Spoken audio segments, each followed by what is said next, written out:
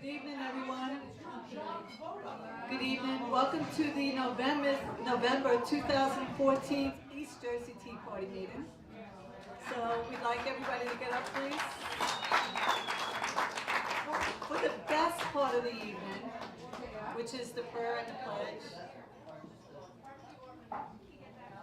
Don, will you lead us in the pledge, please? Steve's going to lead us in the prayer tonight.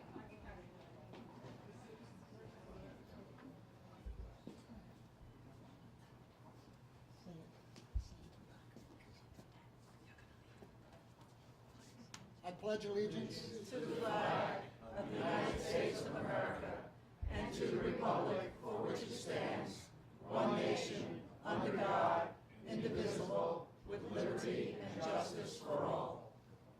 Thank you, Don. Steve's going to lead us in a prayer.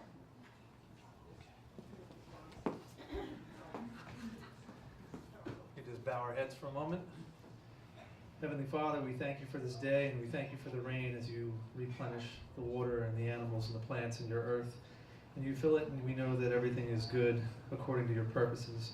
We thank you for the blessings in our individual lives and here in this great nation that you've provided for us. We thank you for the change that has come, and we just pray that these newly elected officials will do your will and turn our country and our hearts to you. We just ask your blessing on this evening, and we thank you for the food as we enjoy it this evening. Thank you. Amen.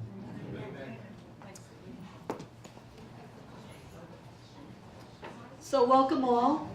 We have a pretty booked evening once again. I'm sure everybody's upset about what happened Tuesday.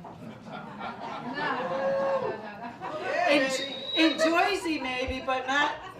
Did anybody see the new map that's out? Yeah. It's awesome, isn't it? Yeah. So, We're seeing red. oh, it's a great map. It shows most of the whole country is red now. Yeah. So, I'd like to start this meeting off with, it wasn't the Republican Party that made this country red Tuesday night. It was people like you and me who get out there every day. We educate, we try to convince people that, look, there's another road that we can go down. I called Danny last week. I was going into an attorney's office, and I passed a car that had a T decal on it, T flag decal on it. I was going to put our Tea Party card on the windowsill, and I see a guy sitting in there. I knock on the window, and I said, hey, Tea Party? He goes down the window, yeah, you Tea Party? I said, yeah. It was up in Monmouth County. I said, listen, we have a meeting every Thursday, first Thursday of the month. I can't make that, but I'm with you folks. And that's how you bring in new people. John O'Rourke and I were talking about the young lady that came to read my gas meter, Danielle. She is a member, she just can't make the meetings because she works on at night. So even if they're here in spirit only, I know I have a couple of people who read our newspapers and our literature, whatever we send out. They can't be here, but they're with us. So whenever you can, just what happened Tuesday wasn't because of the Republican Party, it was because of you all. So thank you. So with that, Jason's going to come up and tell us about all the remaining activities we have for 2014.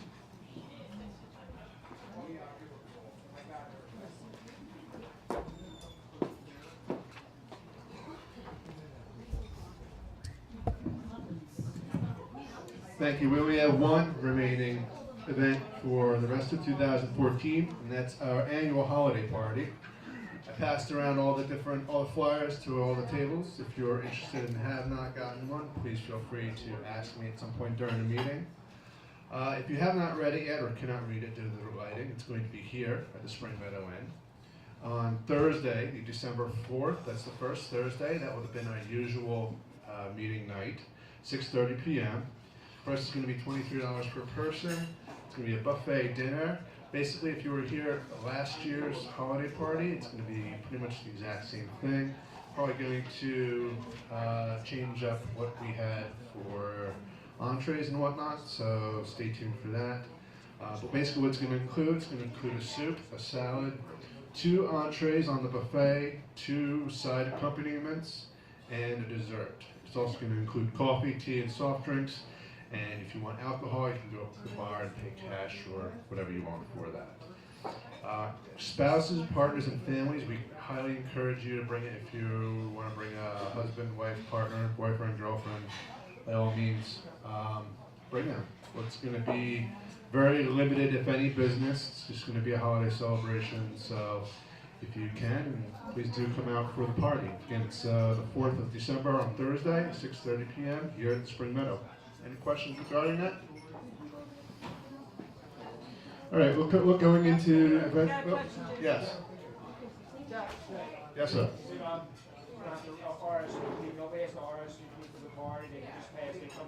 Yes, it's going to be like a regular meeting. What I think we're probably going to be doing is a bracelet system.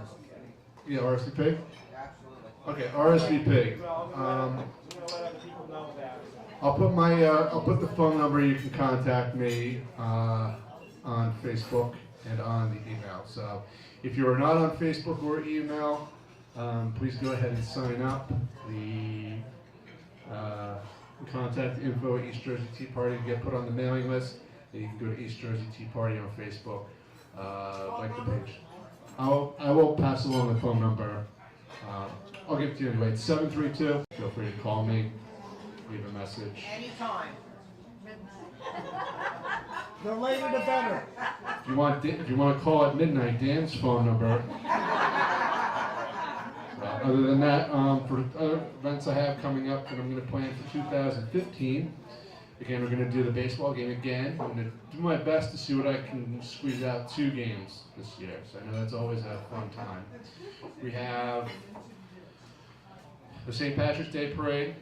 We're going to have Memorial Day Parade. Those are generally our usual events that we have. Try to get some rallies as when the weather gets nicer. Forgot, we also have our bowling night, which is the 3rd Thursday of every month, including this month. I know it's going to be the week before Thanksgiving, so Thanksgiving is not going to fall on it. Whatever date that is, whatever the 3rd Thursday is, it's going to be the bowling night, and it's going to continue on through 2015. And as far as I know, that's about it. Just stay tuned. I'm going to update as much as I can on Facebook. Maybe do some outings to Philadelphia, Liberty State Park, and anything else that we've missed over the past year. If you have any ideas that you'd like to see implemented in terms of an event, please do not hesitate to contact me, ask me, Facebook me, call me now that you have my phone number, preferably before midnight. Just let me know. All right, I'm here for you guys and make this your organization and a fun one. Thank you so much. Nice job.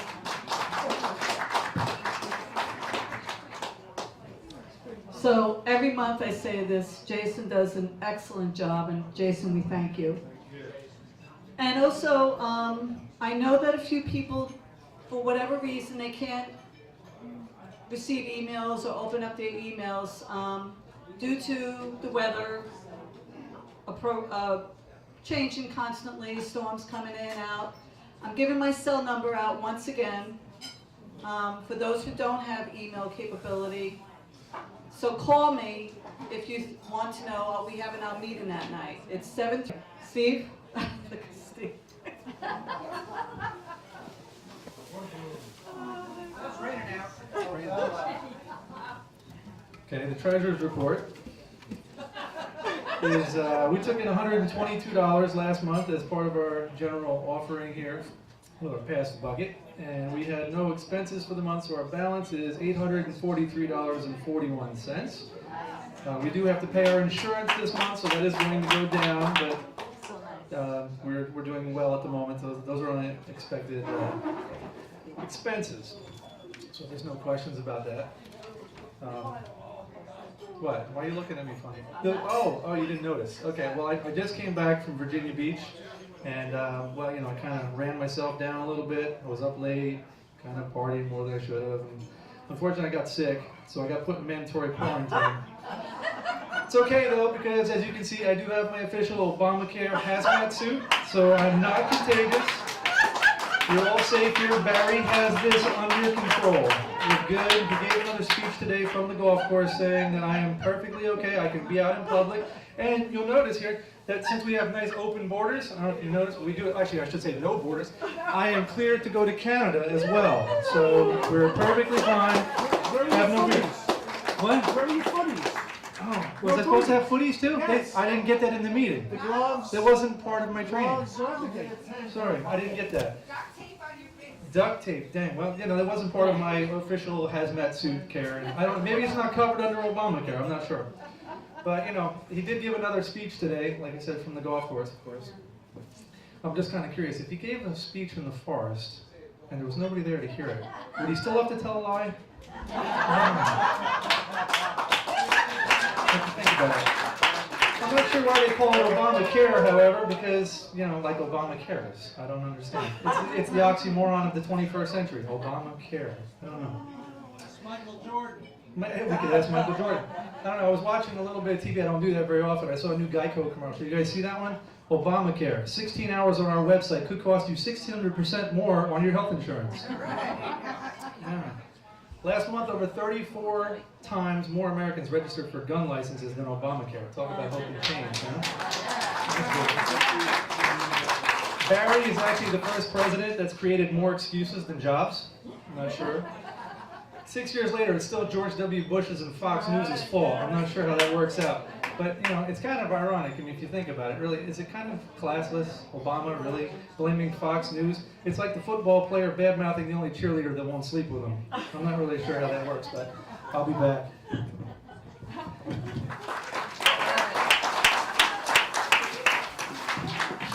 Thank you, Don Rickles. Yeah, Don Rickles. And he's coming back. Okay, now everybody, you all voted? You all voted? Okay, so you know that since you voted, you were able, because she gave you permission, you were able to go out and get yourself some fried chicken. Michelle Obama. You knew about that, right? So how many of you had fried chicken? You had to vote Democrat, though. Yes, that was the glitch. Yeah. Well, Steve, that was great. Okay, tonight's an important night for the Tea Party, East Jersey Tea Party. We have an election. If you have not signed in, please sign in. Dan and Donna are going to walk around with ballots. And before you hit your Chad, we're going to have Corinne and myself come up. So Corinne, come on up, hon.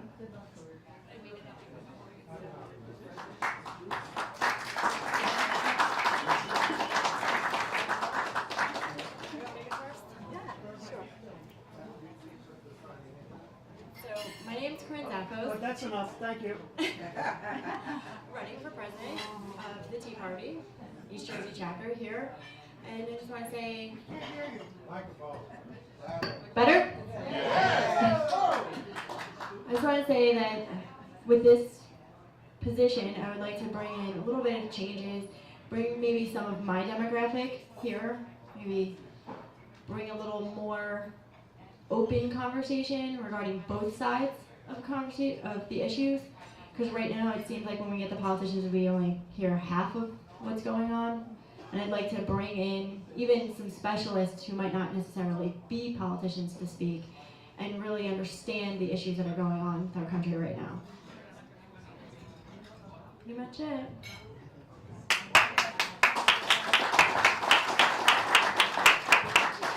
Thank you, Corinne. See, I love it. I love that Corinne says, you know what, I want to be a part of the group. Yes. Awesome. Good. 2 years ago, Dan put it out that, you know what, I'm getting tired, Dan's getting old. Yay! About time! And Dan said, you know, if anybody wants to take the helm, step up. Corinne? Oh, yes.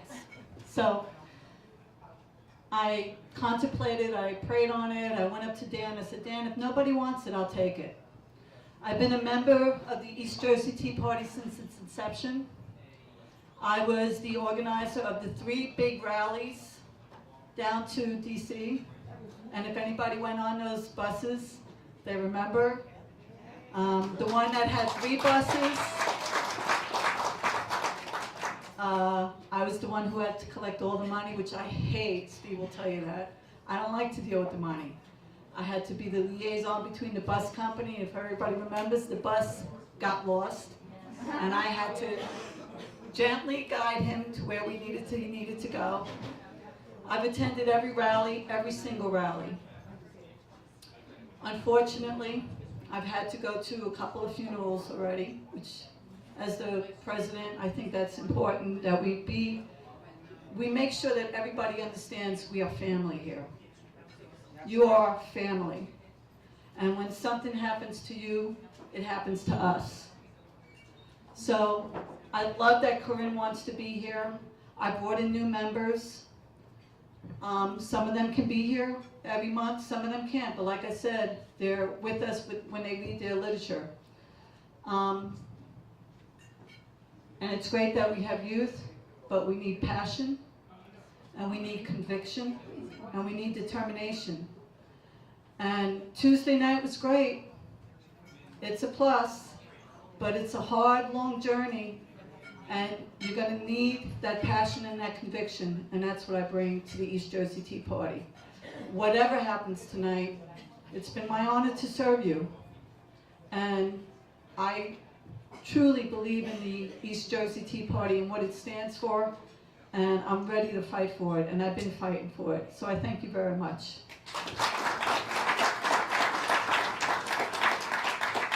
If anybody would like to question, come on up, hon. Come on up, Corinne. Come on up. If anybody would like to make comments or questions, Marilyn, go ahead, hon. Well, I noticed you referred to I noticed that you referred to the 3 trips to DC. Mhm. That must have been about 3 or 4 years ago. What were your 3 main achievements that you accomplished this last year? Well, I've run every meeting. Isn't that part of the job? Yes. Okay. Yes. That's not really an achievement. Okay. It's been a quiet year, and nobody would argue that. It's been hard keeping the members active. I can't force anybody to do anything. I say that every month.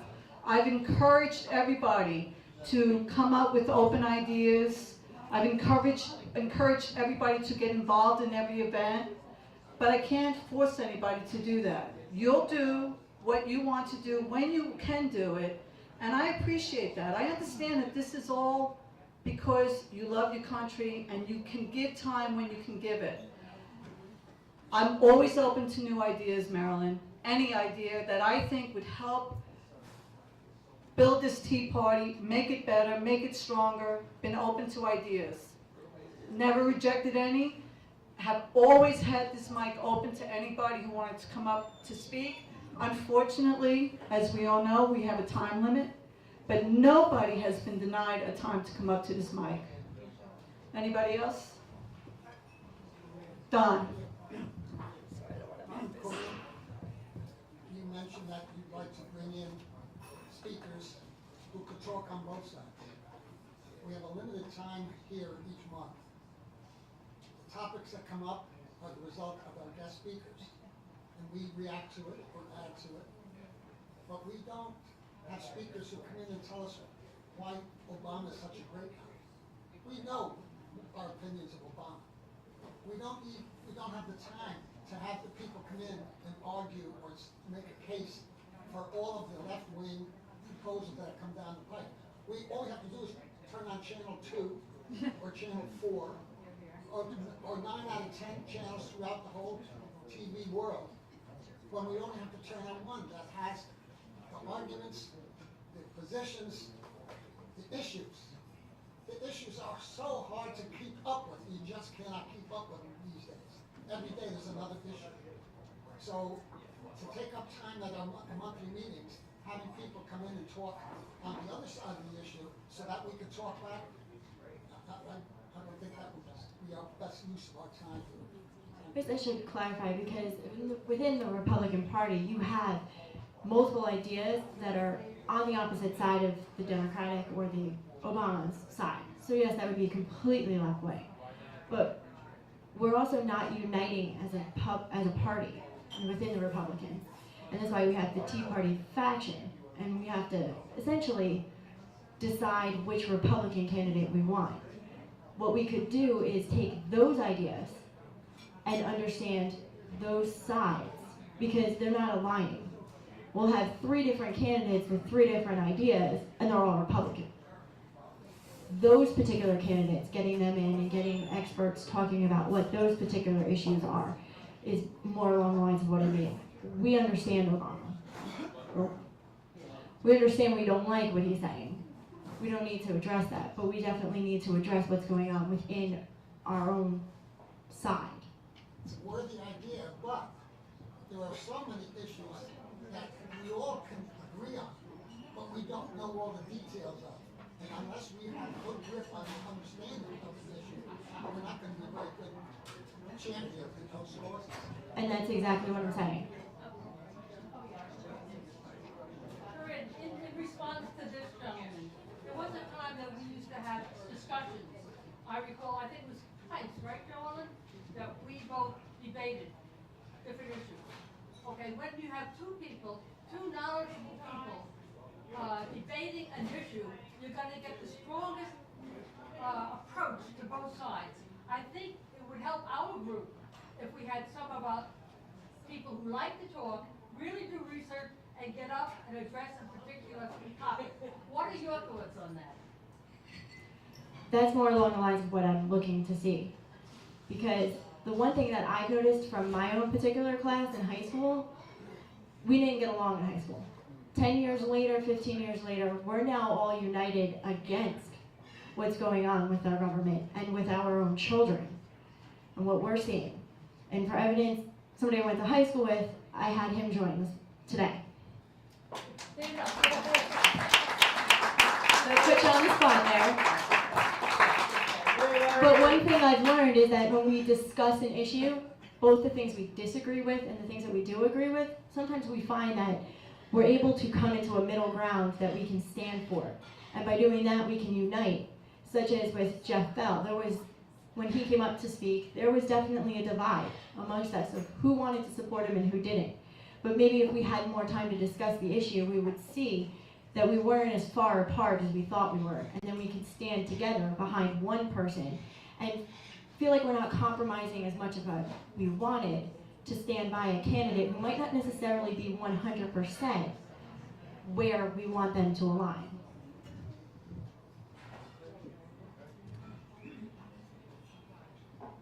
I do want to mention that we do appreciate Joe Allen bringing us together. Speak louder, please. I can't talk loud. I'm sitting near you, you can't hear me. I speak up against it going low. One thing I've definitely appreciated about Jo Ellen is she's taken this year to greet every one of us with hugs and information and making us feel a part of this family, Tea Party. And she's been really great at that, and I thank you so much, Jo Ellen. Thank you.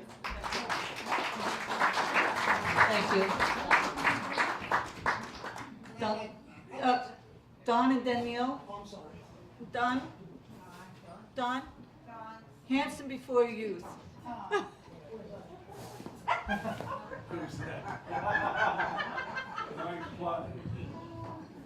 don't want my head to blind anybody.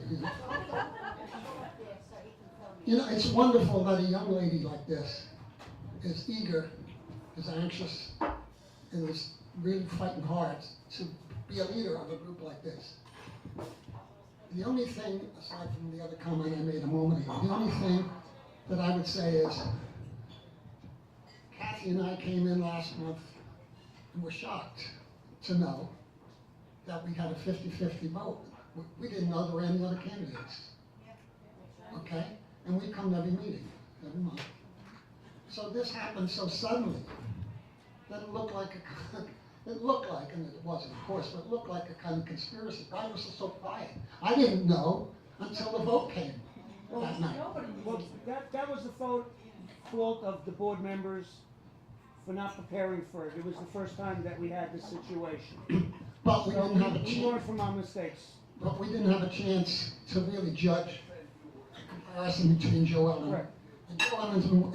You know, it's just a bad feeling in our mouths, in our heads when we left last month.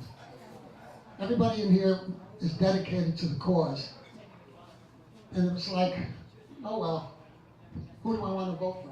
We'll toss the coin, because I didn't know anything about the other candidate. Don, you know what? I appreciate that, but listen, this is great.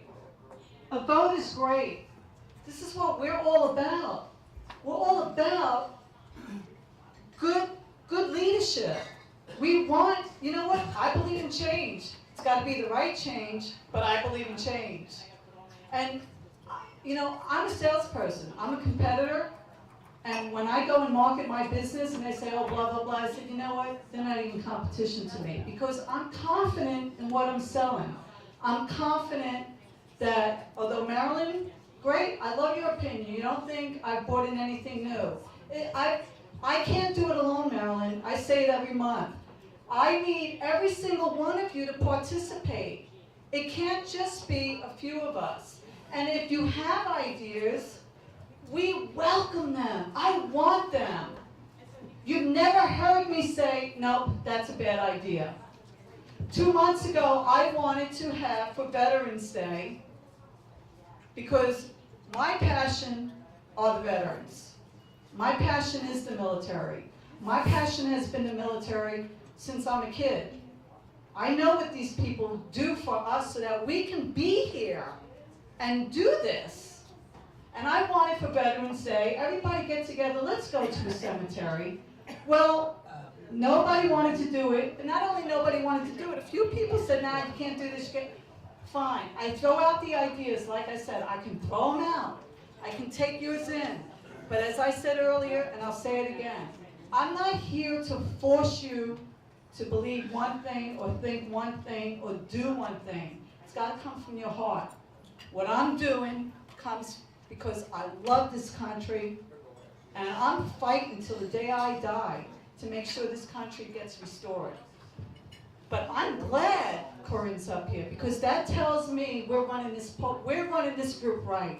This group is being run right, because I'm not a dictator. Whoa. Let her respond Oh, I'm to that. sorry. Let her have equal time.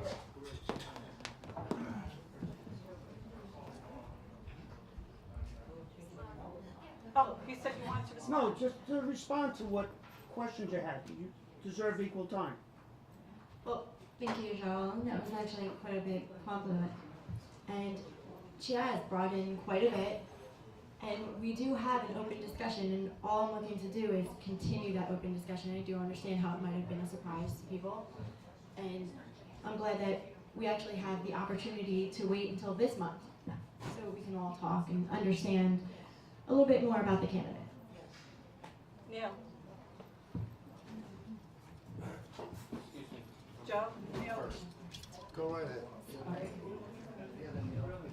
Hello, I'm Neil, Neil. go with Um, your friend. Hi. This actually is good, like Joellen is saying, but Joellen is making one strong point. I remember when we were calling for rallies on Route 9, and we only got 16 people. It gets a little frustrating when 16 out of 50 show up. So she's making a point. We can't force you to be involved, okay? So as leadership, leadership can only do so much. We come up with ideas, but if you don't follow and help us, it cannot be accomplished, okay? So that's my first point. Question for you, and it's great having you here, thank you. What would be the main thing you would do differently going forward in 2015 versus Joellen? One of the things I'd like to see is a little bit more of social media and web technology, because the one thing I've noticed is I have a lot of friends that are interested and they just can't make it to the meetings. They have kids, They have jobs. My generation's working 2, sometimes 3 jobs per person, meaning anywhere between 4 and 6 jobs for a family, plus the kids being watched, and they really can't participate. So if we open it up and use some of the technology that we have now, we can definitely get more people involved and reach a larger community. May I respond? We have the video. We have a newsletter, thank you, Dan, that goes out once a month. Every holiday, I send out something to acknowledge. I don't care what holiday it is, I've not missed one. Something goes out. We have, I give you my cell number. There's no way that nobody can say you're not being informed. Again, I can't force you to go on our video. We have the video and we have the newsletter. What more could we do? They're actually not public. If you use Facebook, We have Twitter, Facebook. Instagram, We have Facebook. Snap, the Facebook is now actually being manipulated so that it won't reach enough people unless it's posted through advertisements and pushing. You actually have to almost pay them, or it has to be shared completely. And maybe understanding a little bit of how to use some of the newer systems that the younger generation is using as well. I know we do have YouTube, we do have newsletters. Newsletters are not public, and there's actually changes that you can't necessarily mass email everybody without them signing up. But what would prevent you from emailing your friends? They are invited. You That's can't the email deal. your friends the newsletter? You can. Oh. But they have to be invited, and you have to have options to get out of newsletters. They actually just changed the regulation. Actually, So they email. do. Set up that way via MailChimp. MailChimp. So if we extend and expand on the social media and connection, then we'll be able to reach more people. Meeting times, maybe make them more interactive, teleconferencing, so that people can be involved, web conferencing. But can you do that without being president, or do you have to be president to do that? We could just do that. That's something I can answer to.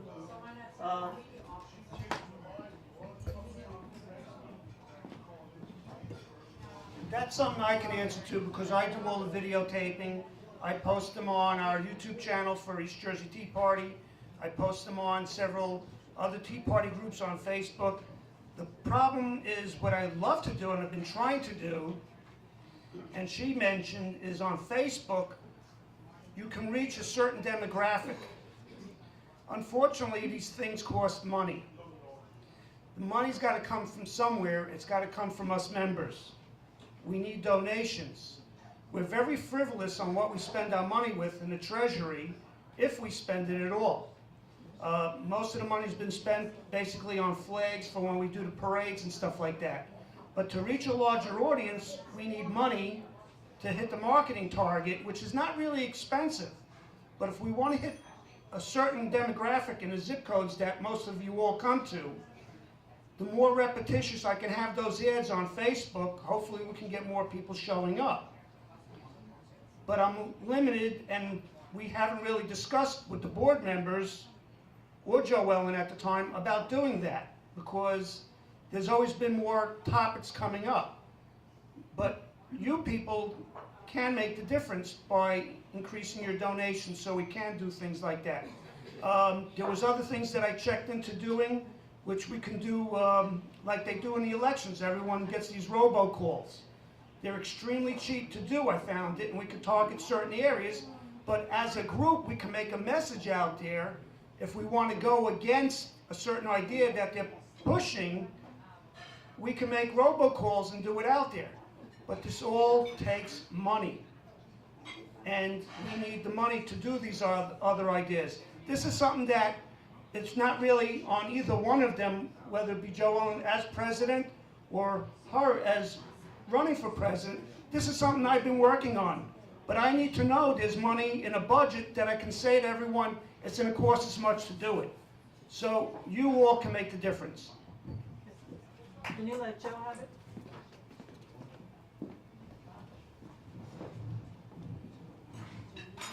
I'm Joe Fatashek, and Robert, I'm John Petrushniak. I'm on the board, and Robert is also on the board. And what we've done, is just before this meeting, was Robert brought up the fact that we should have a more organized way to bring in the candidates, so that Don, who brought up a good point, should have information on the candidates in a timely manner, such as 2 months before the election, all people interested, 1 month you get the bio, you get information on them, election day, speak, and then vote. Something like that would be organized, and with all due credit to the board, to everybody here, we're a new organization in the way we're growing and developing. So this is one more step in our growth, and for the next election, if we repeat the mistake, then it's our fault. But right now, I think it came in suddenly, May I and just you're make right. one response? We did send out an email asking if anybody wanted to run. So that email did go out. Now, nobody responded to it. It wasn't until the last meeting that we had that somebody brought up a name. So the email did go out. We gave everybody an opportunity to run. Can we do it better next time? Yes. Absolutely. And we will do it better next time. That's basically it. So I felt badly that you brought up the point, and I could understand that. No reflection on Cory. No, not at all. No, Well, it's the same thing. It seemed like a reflection on Joe Ellen. No, absolutely not. I said it seemed to some of us. No, this was the first time we ever had this situation.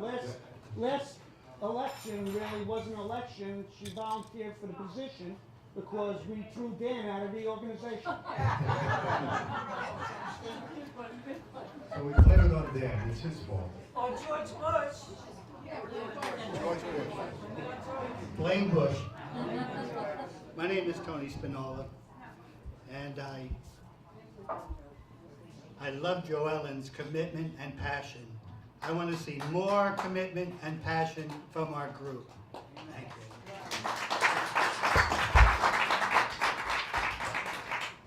Yes.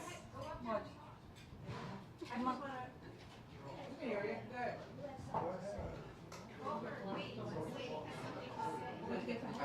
Okay, come on up, but we have to get to the ballots. Steve's gonna talk.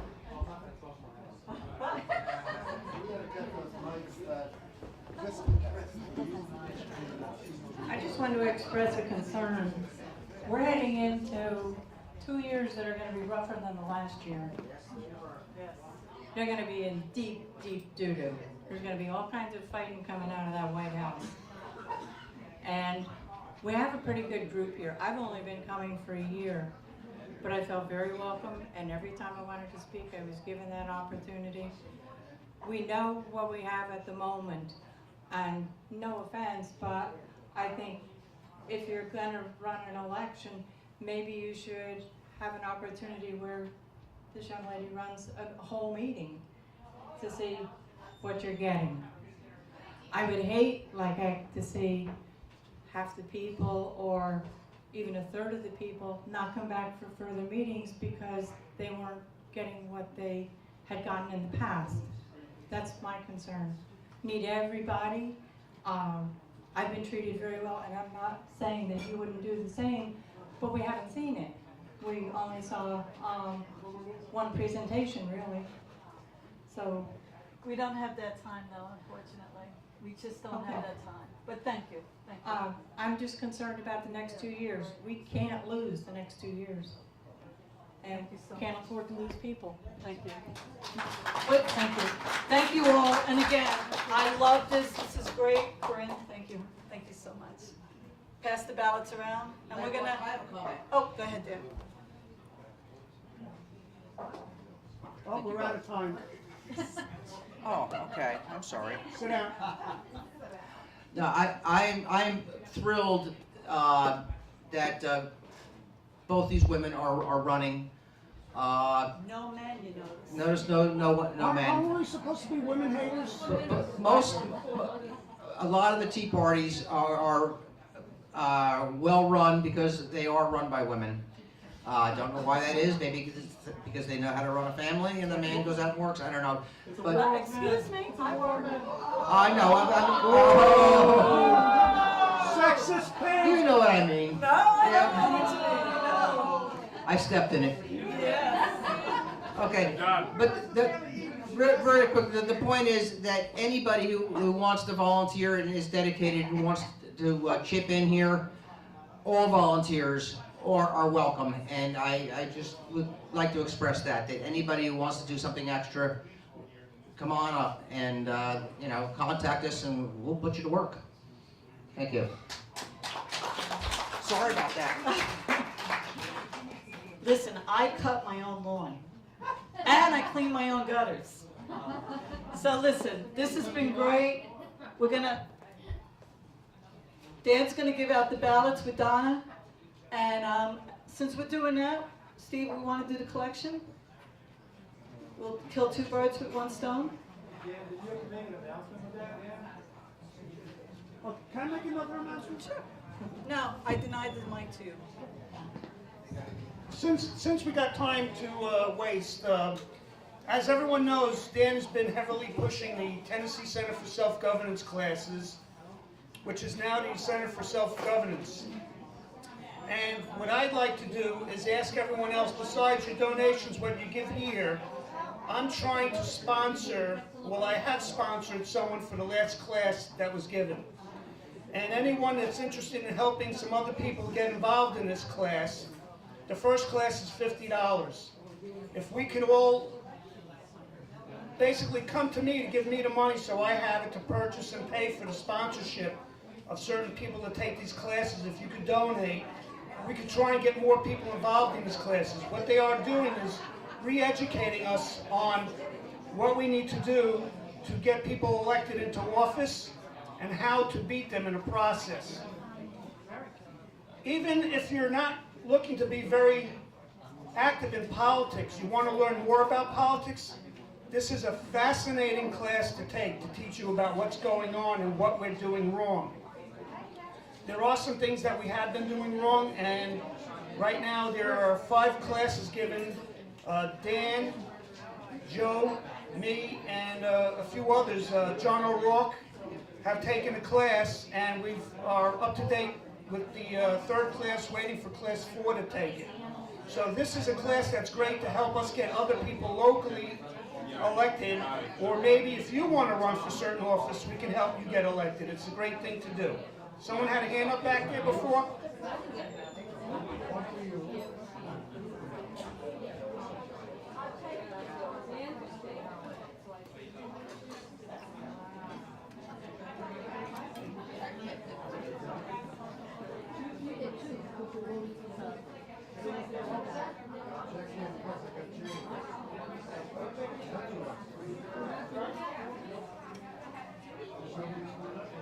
So, turn it off.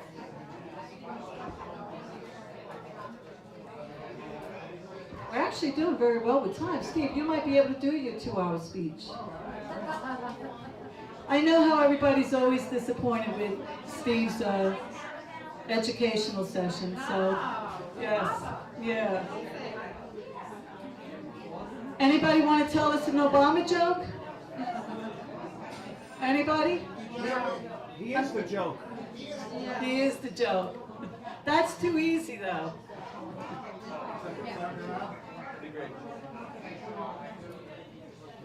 Here we go, Steve with a, oh.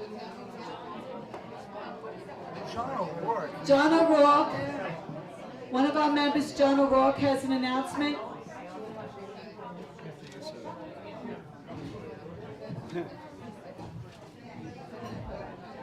Before Steve gives his 2-hour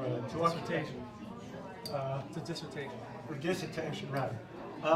I was given this by the pro-life coordinator in St. Dominic's Parish in Brick Township. On Sunday, December 7th, at 1 o'clock, there's going to be a at St. Rose Parish in Belmar. There'll be it's called the Catholic Teaching on End-of-Life Issues and Physician-Assisted Suicide. So St. Rose Parish Center, Belmont, on Sunday, December 7th, 1 p.m. You can pass that information on to people. If anybody wants this to make copies and pass around, you're welcome to do that. Thank you, John. Thanks. Thank you, John. If anybody ever has any announcements such as what John presented to us, you're more than welcome to come in and report it to the group. So without further ado, Professor Steve Chisholm. Thank you. I did miss one. You had one more shot for an Obama joke. It's not terribly much of a joke. Some of you probably already heard this, but there's two patients go limping into their doctor's offices with the same complaint. They can't walk. They're having a hard time. They think they're going to need hip surgery. Patient number 1 is examined within the hour. He's x-rayed the same day. His time, he's eventually booked for surgery the following week. Patient 2 sees his family doctor after waiting 3 weeks for an appointment. He waits another 8 weeks for a specialist. Then he gets an x-ray, is reviewed by another week.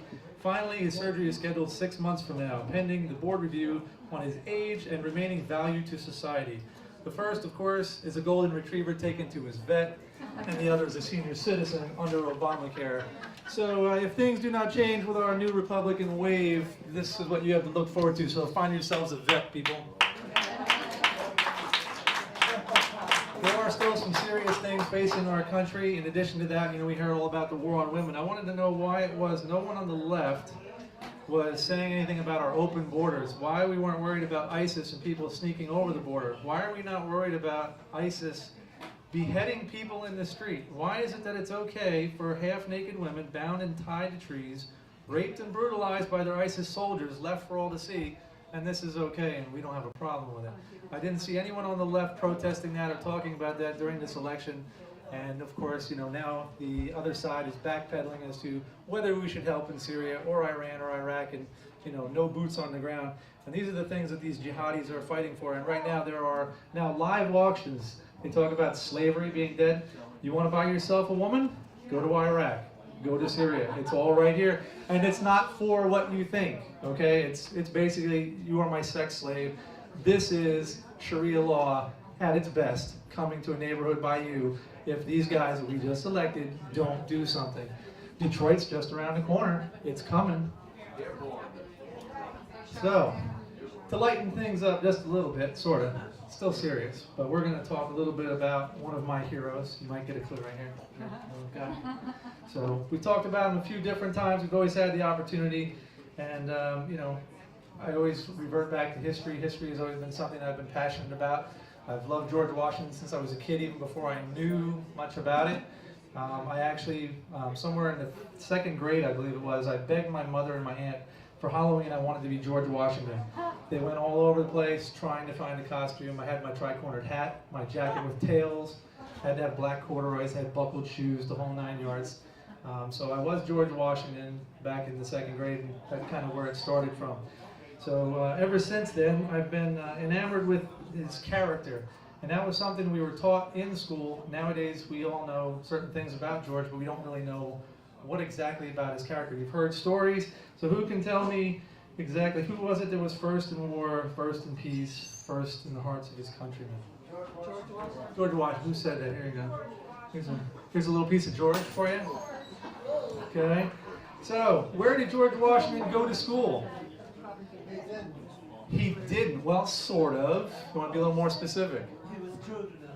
He was tutored at home. There you go. Another piece of George for you. So George was homeschooled. He was the first homeschooler. Not really, but he was one of them. His parents were not poor by any means, but they were not extremely wealthy, and he was not able to afford to be sent off to college. So all of his stuff was book learned, taught at home, and then by some other tutors. George Washington, did he wear a powdered wig? That was, of course, the thing in the day. Did he wear a powdered wig? No. I don't know who that was, but somebody... He did not. He actually was appalled by the fact, he thought it was vanity, he couldn't stand it, but still to keep in traditions, he also didn't like those heavy horsehair things, and it was always hot. So he powdered his own reddish-brown hair to keep in style, but he did powder his own hair. Did George Washington cut down the cherry tree? As an arborist, I know that one. No, here's another little George. Here you go. So George did not cut down the cherry tree, but this was something that was passed down. a story created by Mason Weems, and that was to speak of George Washington's character. He could not tell a lie, and that was one of his character traits. George was, of course, well known for his truth and his honor and many other things. Did George Washington have wooden teeth? No. No. Somebody else in the back. All right, I can't throw this one. Here we go. They're getting harder. So somebody go give this. By the way, just so you know, this is not coming out of the treasury. This is my own pocket. I want everybody to know that. So I am not part of the welfare state. I want everybody to know that. This is not government sponsored. There's no leftists. This is not socialism. You're being rewarded for your knowledge. George Washington did not have wooden teeth. By age 57, he had only one of his own teeth left. His dentures were actually made from human or animal teeth, and he had several that were made of ivory and lead, and they were very uncomfortable. Of course, it's one of the reasons why he never smiled. Plus, back in those days, you didn't smile as part of your portraiture. They wanted it to be serious, so there was never that sort of jolly look that we see today. Yes? I heard on the History Channel, back then smiling was bragging because they used their own urine to whiten their teeth. They did do that was the original tooth whitener. So the whiter your teeth was saying you were drinking more urine than everyone else. Well, thank you for that tidbit. Yeah, people are still eating, Robert. You know. I'm sorry. That's right. All right. You brought it up. I didn't bring up the urine. I was talking teeth. Okay. So, who is buried in Grant's tomb? His horse. His horse. Wait, I heard some of it, part of it. Nobody. There you go. Wasn't just Ulysses Grant. See, now, you thought you were going to get a 50, but it's still a George. Here, hand that back to him. I'm going up. All right, so all the way in the back there on the right. It was him and his wife, and of course that's not related to George, but I need another easy question. So here's the last one. The stakes are going up now. I got something good for you. So for all of our GW fans, GW the first, that is, what was George Washington's rank, his highest rank? Well, military rank, sorry, military rank. Let's go. General of the Army. Getting closer. General of the Army, who said that? Okay. Can you be a little more specific? Or? General of the Continental Armies. It's a 5-star today. Okay. Oh, geez. Anybody have anything more? No? I guess I'm going to have to go with Jason. Come up here. I'll explain it to you. But I have this really awesome All You Want to Know About George Washington book. John Frost, Pictorial Life of George Washington. It's got his own words, his own speech. You can learn a lot by reading just about George from George. That's George from George. Yeah. So, his actual, it is nice. It's a very good book. So he was actually general and commander-in-chief, and he never wore more than 3 stars on his uniform at any time during his life. However, the last year of his life, there was a quasi-war that was about to be fought with France, and John Adams was afraid of the French, and he was trying to do something to kind of quell that before he got himself into more trouble, because John Adams, of course, had a fiery temper and a big mouth and got himself in trouble a lot. We did not have an army that was really standing. We had no money. We were in no shape to get back into war. So he decided he was going to promote George Washington and use that as a threat to scare the French. It worked. So we did not go, and John Adams scared them by promoting him to lieutenant general the year before his death. Washington never actually acted on that. However, he attained yet another higher posthumous title, General of the Armies, and it was the equivalent of a 6-star general, and it was going to be awarded to only one other person. That was General John Pershing after World War I. He was given General of the Armies. They never came up with the 6-star insignia. It was never actually issued to anyone, and it was legislation that was put forward and passed by Gerald Ford on October 11th, 1976, so that George Washington would be the highest ranking officer in the history of the nation, and no one would ever go beyond that. So there's your trivia for this evening.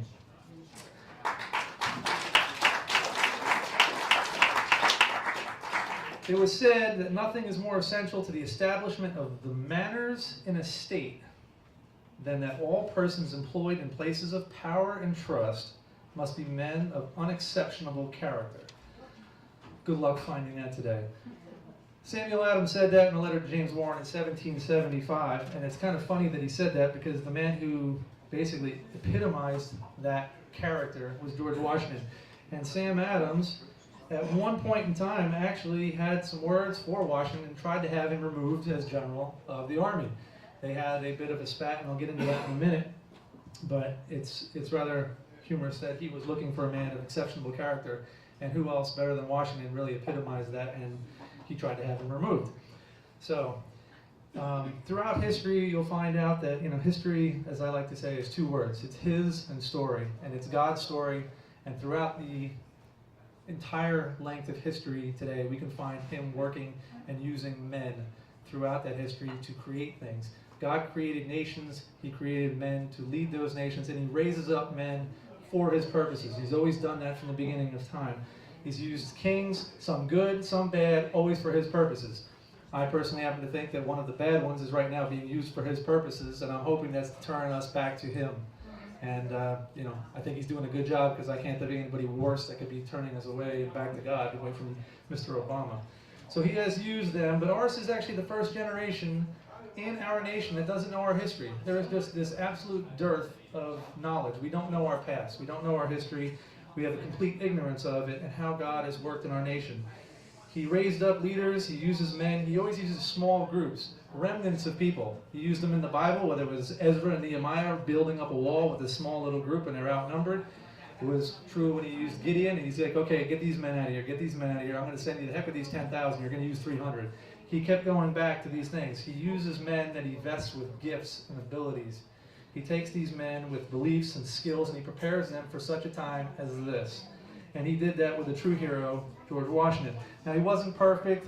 We shouldn't put him up on a pedestal like he was some kind of a god, because some people have tried to do that. However, if you really wanted to look at a man with such character that he was worth looking at and still studying and understanding, he is really the only one that can be said that without Washington, there would be no United States of America. He is the only man in the history of this nation that you could say, without him, there was no America. And that was true everywhere from the time of the war right on through. And people noticed that, whether it was the American Indians during the French and Indian War, they noticed these same things. The Indians were in awe of him. He rode a horse like the Native Americans. He outfought them. He fought like a Native American. He did not line up like the British and get shot at from the line. He would shoot behind the rocks and trees. He led his men from horse. He was a great horseman. He was, a huge man by stature. He's still one of our tallest presidents at 6'4". I mean, when the average guy was only 5'4", he stood a foot towering over. It's like me over Dan. That's that's what it looked like. Everywhere. Sorry, Dan.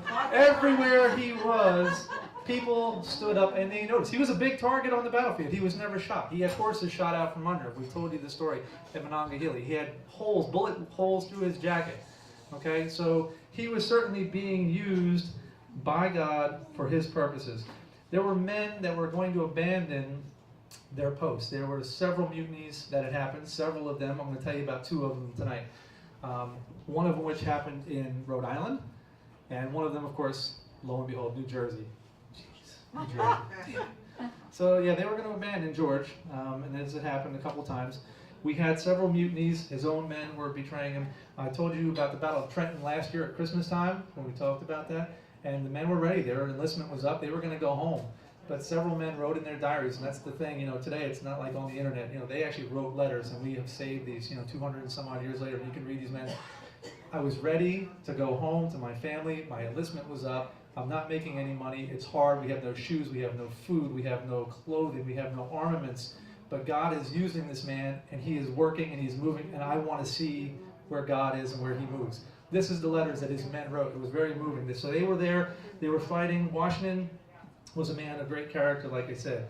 He was wise. He kept his own counsel, it was said. When he spoke, people listened because he held his tongue. He didn't just speak without something important to say. He was persevering. He fought all kinds of odds. He fought the British. He fought the French to get him involved in the war. He fought the Indians. He fought his own men, his own betrayers in Congress. He had to fight them for money, for the power to do the things he needed to do. He was being fought on all kinds, on all sides. At the time, the colonies only had 2 million people. 2 million people throughout the 13 colonies. Of those 2 million people, only 250,000, it was estimated by Ben Franklin, were eligible age white males healthy enough to fight. The rest were women, children, slaves. They were not able to fight for the cause. So if you only had 25,000 or 250,000, sorry, 250,000 people that were eligible to fight, and then take it in one more step, you had 33%, 1/3 were Tories. They were on the British side. They didn't want to rebel. You had 33%, just like we do today, sitting on the fence. People are going to throw stones at you from both sides. And then you had 1/3 that were ours. So you're looking at about 80,000 men at any point in time could have been used. And at no point did Washington ever have more than 25,000 in his army. 25,000. We get 3 times that many at Giant Stadium when they're losing. Okay? When they're losing. Even Jets games. Okay? We get 3 times that at those games, and that's why he had in this entire army fighting the largest, toughest military force on the planet. So these guys were up there fighting against that. He had these men, they were untrained, they were farmers. The guys we see with the pitchforks, I mean, this is what they had. They had muskets, pitchforks. They fought, hand-to-hand combat. They were always outmanned and outgunned. And, he had his work cut out for him, without a doubt. Most days he actually fought with about 1,200 to 2,500 men on most battles. When we talked to you about Trenton, we talked to you about Princeton. I talked to you about a couple of others. I started to mention Brandywine last month. We ran out of time. All of these battles, he's working with 2,500 men. Not a lot to fight the greatest force. And of course, we know that he lost battle after battle after battle and was, able to, by miraculous causes, and in some cases divine intervention, escape due to fog and weather and crossings of rivers that were frozen solid. It was an incredible story each and every time you watched them. So Washington, facing all of these things here, was very cautious, and he forbid his men because he was afraid that if he lost his temper, and he had a very fiery temper, and I'll tell you more about that when I get to, probably not till the spring now, I want to talk to you about the Battle of Monmouth. The only time he lost his temper at all during the war was during the Battle of Monmouth. And now, suspense, I'll have to keep you posted for a couple months. This is like a cliffhanger. So when we talk about the Battle of Monmouth, that's where he loses his temper. That's the only time during the war. He was deathly afraid that he was going to do that. And he knew from history and everything that he had read and everything that he had seen that God blesses those who bless him. And so he was afraid that he would lose the blessing of God. He would not allow swearing in his camp. If you swore in camp, you would be court-martialed. You would be beat. You would have 25 lashes. If you were caught using the name of God in vain, you would be given 25 lashes. Of course, 25 lashes would be extremely painful, but you could still fight. It would not kill you. It wasn't like a scourging. And the other thing is it would leave a mark, and it would be permanent. So when you went home and you were, after the war, people would know that you were disobedient. You would have a permanent scar. People would know that you did something wrong during your military service. So it left a mark. But he was not going to allow these things to happen because he did not want to lose the blessing of God. He wrote letter after letter after letter. I mean, there are hundreds of letters where he would tell his officers, you need to be in church on Sunday. Why? Because he wanted the blessing of God. You need to be in prayer. He went beyond that. He didn't just talk about his preachers and things. He said, if there wasn't one within your unit, I want you with the local one. He would actually say something you would never hear a president today saying, and he would say to them, I want my men to be on their knees and crying out to God. Not praying, not just in church to keep them out of trouble so they're not drinking in the bars. I want them crying out to God. Let's have a president say that today, right? He forbid fighting on Sundays unless they were attacked. You could not fight. He would not allow his men. If you were attacked, that's one thing. Defend yourselves by all means. And Stonewall Jackson, later on when you get to the Civil War, was a big fan of George Washington. Obviously, he learned a lot about him. And, what is it? Now I'm thinking of the wrong one here. General Lee was actually related to him. So they both had a big problem with should we fight on Sundays or not. They were trying to use Washington's example. And again, one last time, he said in one of his letters at that point, to the distinguishing character of patriot, it shall be our highest glory to add the distinguishing title of Christian. So he was taking these things serious. But yet he still had his detractors. There was a rise up amongst those ones, aside from New Jersey and Rhode Island. It was called the Conway Cabal. And it was General Conway. He was French. And he had a problem with Washington. He didn't like the way he ran things. And he was not afraid to tell people about it. So at that Battle of Brandywine, Conway actually proved himself a worthy leader and kind of saved their brigade from being routed. And of course, while that was great, he was the first one to tout and toot his own horn and write letters to Congress telling everybody what a great job he did and he deserved to be promoted and that he should be brigadier general. And so he was also bad-mouthing Washington, going back and forth. And in these letters, Washington, of course, would have none of it, and he was known to think that Mr. Conway thought more highly of himself than he should, and wrote several things back to Congress. I'm not going to quote you all of his letters, but in order to quell this, this letter had fallen into the hands of some of Washington's confidants, and they wrote it back, and so he said, all right, well, how am I going to handle this? He said, well, I could go to Congress, I could take this up, I could have all these men court-martialed, I could run this through the court system, make it a legal matter, but then my hands are going to be tied, we'll get nothing done, and we're going to be just wasting time and spinning our wheels. So instead, he wrote a letter back to General Conway. It says, Sir, I am in receipt of your letter. Quote, heaven has been determined to save your country, or a weak general and bad counselors would have it ruined. I am your obedient servant, George Washington. That's all he wrote. He quoted Mr. Conway's one line, sent it to him, and says, I am your obedient servant, G. Washington. The jig is up. Conway said, what does he know? How does he know it? What are we going to do? So he went to all the other conspirators, wrote back and forth to them, and each one of them, over the next couple weeks, came up to Washington trying to feel him out. Is he mad? Are we going to get court-martialed? Are we in trouble? What are we going to do? So one by one, Washington kind of put their fears at ease, letting them know that he knew something was up, and by doing this, instead of going to court, instead of going to Congress, because there were congressmen involved in this as well, including somebody else I've read to you and talked to you about, Benjamin Rush, the father of modern medicine. Samuel Adams was one of the ones that was speculated to be involved with trying to replace Washington. They wanted to replace him with Horatio Gates, who had been having some success up north in New York, up by Saratoga. They had had a couple of big successful things, and they thought, well, we could possibly replace him and move on. So Washington quelled this one, and eventually what happened was Congress worked around him. Conway was actually put under his command, but reporting directly to Congress, not to Washington. So Washington was irritated by this. This was a burr under his saddle, and he just could not stand it. But there he was, and they fought back and forth throughout the winter of 1777 while in Valley Forge.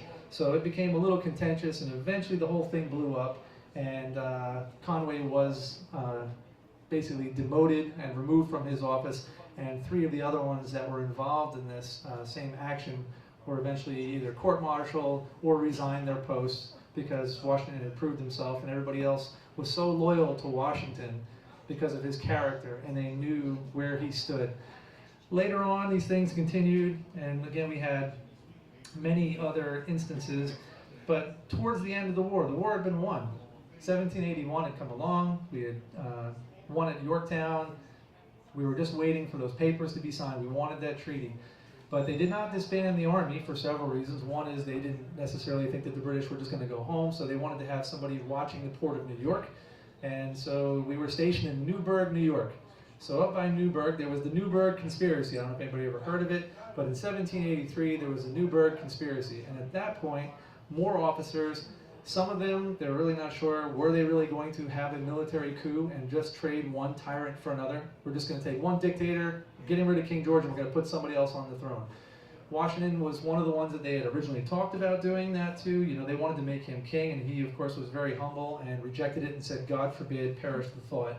That will not happen. At the same time, back comes Mr. Gates. Gates was a victorious general, and he had his own faction, and so they were stirring up things. The Congress was working under the Articles of Confederation. They did not have the right to tax. So how were they going to get this money to pay the army? They had made promises to the army, and of course it was very expensive. If you think about it, if you were an officer, you were landed gentry.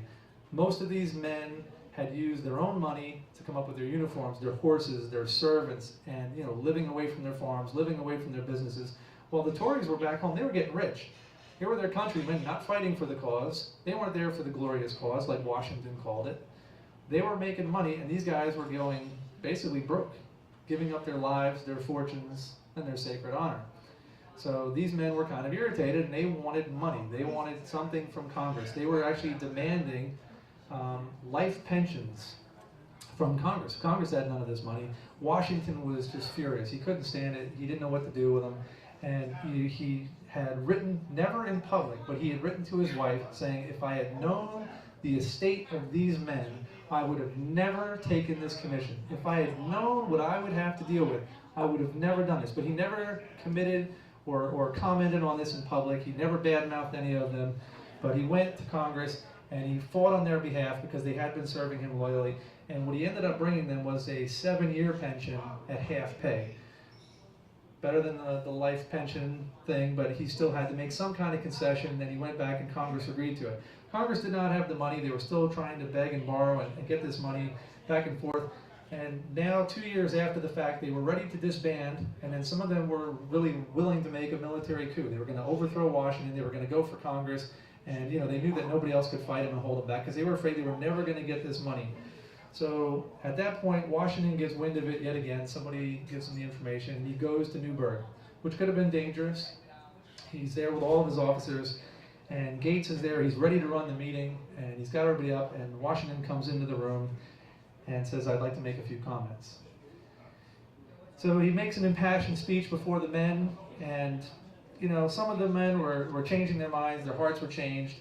And, he was really disappointed. Like I said, this was the noble cause. He thought they should be doing it like he was, giving of themselves for the right to be free, for this liberty.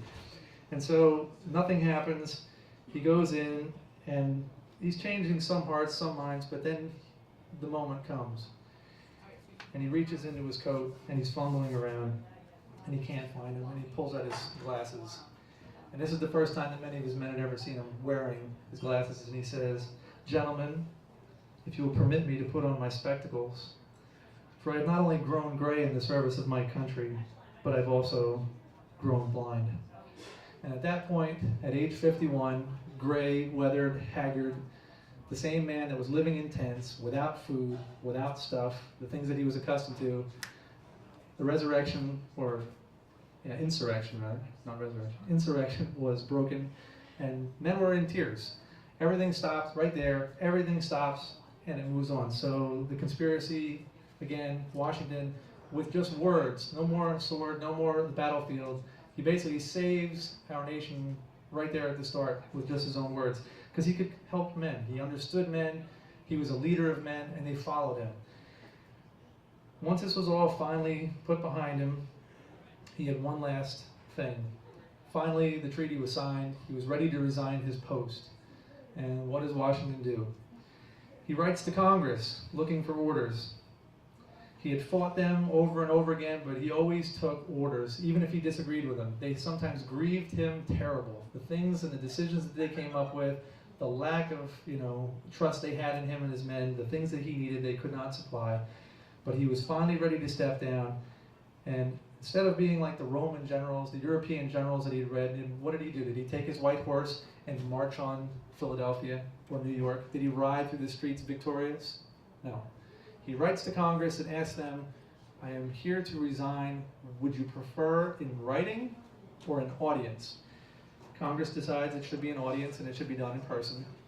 He comes alone with his small group of his top officers, not a big army, all in tow. And he writes to them in advance. Washington writes Congress telling them what he expects to do and what he expects to happen. This is not by Congress's orders, which is key. Washington writes to them and says, when I enter the room, you will be above me. You will be on a platform. You will not rise. You will not take off your hats. I will be there. Congress will be above me. This is the first time that an elected body is above a military man in the history of the world. And it's by his doing, by his example. So Washington goes in, hands over his sword, makes a big impassioned speech. You can read about his speech there. It's very well known. It's an awesome speech. So instead of this conquering king, he comes in humble and hands over his sword. Years later, not too long down the road, painter Benjamin West goes to Great Britain. He's there with an audience with King George. He's going to paint him Of course, King George talking to him while he's being painted, he asks, "So what news of Washington? When will he become king?" "Oh, he will not become king. He is retiring to public service." And King George states, if he does that, then he will be the greatest man of our age. And so it was. Thank God that he sent people to populate this continent. He sent the Puritans, he sent those who were seeking religious freedom to set up that remnant. At that point, he raised up preachers that articulated a biblical defense for the War of Independence. Preachers in the pulpit, they talked about what we should be doing, how we should fight tyranny, what was expected in this land. And he blessed and raised up this individual, this man that helped found this nation and plant a multi-generational community that has been used for more good than any other nation in the history of the world. That is George Washington. That is what he has left for us. And I think it's because of that particular thing. My own speculation is that is why George Washington never had any children. I think that those two adopted stepchildren and step-grandchildren were God's way of making sure that there was no bloodline, so that we could not revert back as human nature would be. So we had no bloodline to follow, and as a result, George Washington is the greatest man, not only of our age, but I think of our nation. And I thank you for George.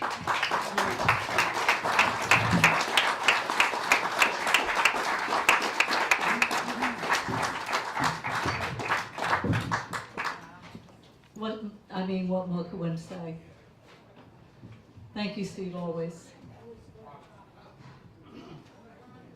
I do have a little bit more to say, because George Washington came to my mind many times in my job. I was contracting officer for the Army and for a time for the Air Force.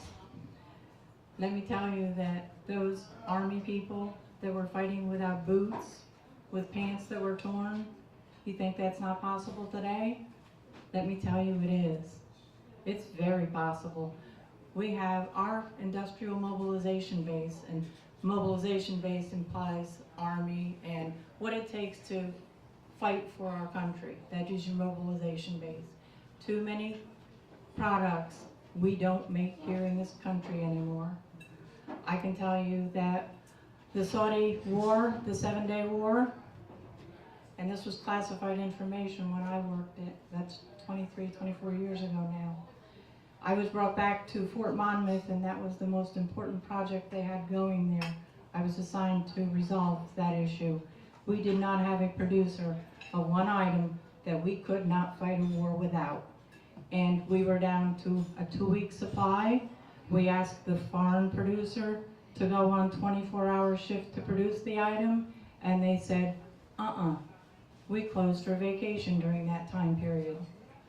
We had a contractor in this country that was trying to learn how to make the product, and I was assigned to work out the problems that they had run into in their contract performance, to decide whether to continue the contract, and if so, to make the contract work. I did so. That's neither here nor there. Then there were issues with producing parachutes for our support of Afghanistan.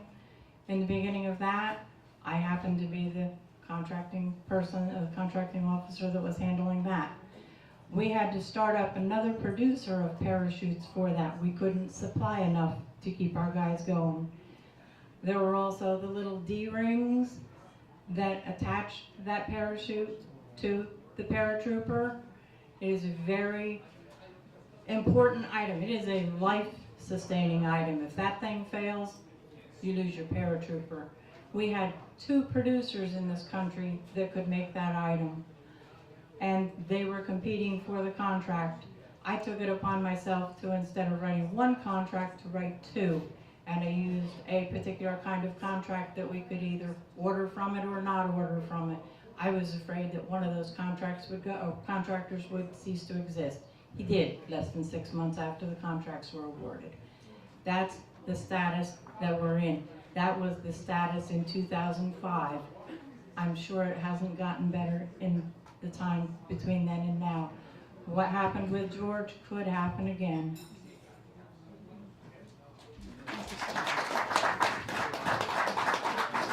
Wow, a lot of information. Joe, what? Joe, come on up, and then Did the votes get tallied? Yeah. Okay, good. I'd like to thank Steve for his passion and respect towards George Washington, and our first president. And it's very humbling to hear someone like Steve speak up with such enthusiasm and passion. And I lived in Central Jersey, and there was a place called Merchant's Tavern, which is on Route 27 North, by the way, going towards Elizabeth. And that is where George Washington stood as he was making his travel from Philadelphia on his way to Elizabethtown. And I never took it for granted that's where he had stopped before he went to Elizabethtown, and it was very humbling. And we did have a battle. The town is now called Rahway. It used to be called Spanktown, and it was a very small battle. And I don't know if a lot of people really heard of that before, or never even reflected on it, or even care. But it seems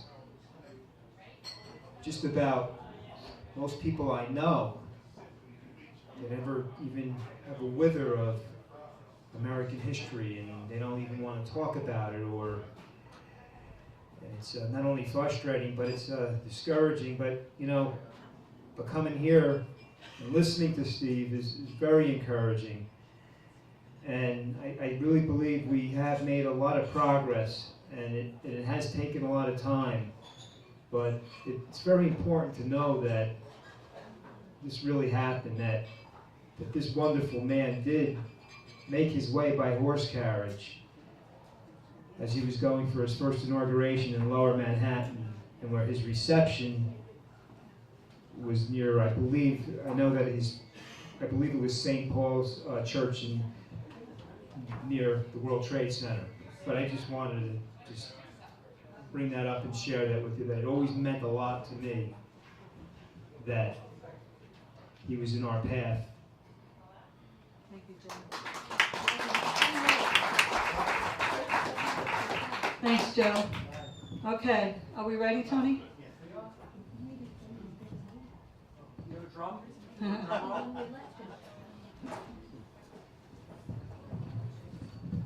We'd like to give the results of the election. Joellen, 32, Corinne, 14.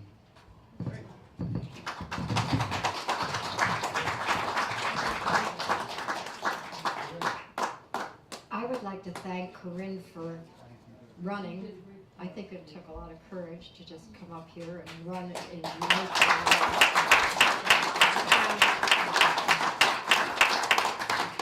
I would like to encourage Corinne to bring her ideas to us, because we need them. We need fresh new ideas. So help us.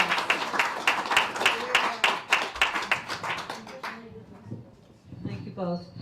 And I want to reiterate that, Corinne, I thank you too.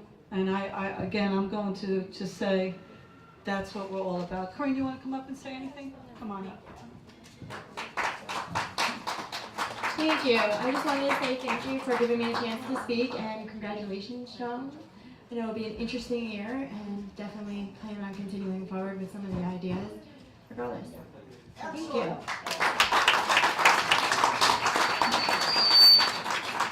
Thank you again. And everybody, this was a great opportunity to show America, to show everybody, to show the Democrats that we are truly a group based on laws, which we're still learning. Thank you, Dan. And we're able to get out there and do what we have to do. How much time do we have? None? Okay, well, we have some books to raffle off. So, who's got the bucket of tickets? Corinne, I'm going to let you pick all the winners. Anyone getting that? Does anyone have a cappuccino machine in their house or espresso machine? Who? You do? Do you use it? I have something for you. It's a Demitasse set. Yeah, years ago I had a coffee franchise. When I closed the store, I still had merchandise left, so we've been raffling off some of the things that I had to get rid of it. So I'm giving you my junk. Oh, thanks.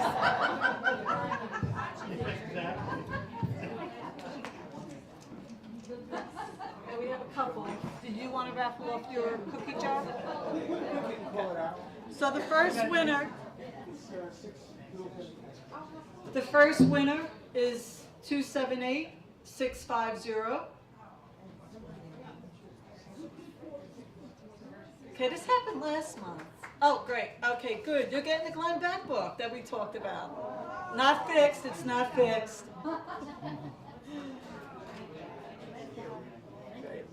And if anybody wants to donate any books, we love them. This is what we've been doing, just keeping them going.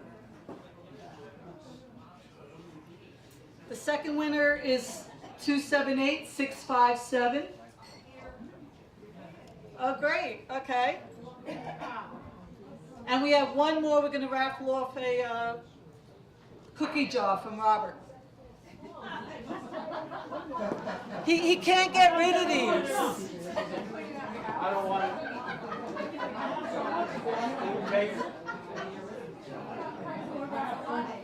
He can't get rid of them. Okay. Last winner. Oh, we don't want this. I don't know. The last winner is 278666. That's Robert. Hey, listen. Board members can't win prizes. You know what Steve was telling us about? Did you all know? Learning from Mac, the class that we go to every week. Mac told us that in 1744, the Pilgrims who came here, who came for religious freedom, 1 out of 10 only 1 out of 10 was serving God. Probably Steve knows this. Within years, a revival took place, and it was now 9 out of 10 who adhered to the Word of God. And that's when the revolution came about, and that's when we won the war. Interesting. Go to Mac's class. Anyway, did we get a winner? 666? Oh no! Get out! All right, guys. Next month, the Christmas party. Please come. Wear your jingle bells. Bring anybody you want to bring. But Don, we need you, Don. And thank you all again. This was a great evening.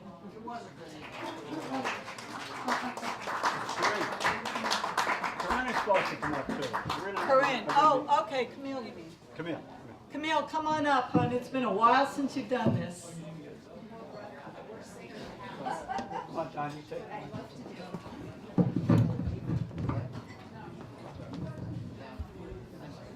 I'm gonna hide in the back again. Go ahead. Don't hide. Here we go. God bless America, land that I love. Stand beside her and guide her through the night with a light from above. From the mountains to the prairies to the oceans white with foam. God bless America, my home, sweet home. God bless America, my home, sweet home. Please, everybody, remember the veterans this week. Thank you all. Thank you, John.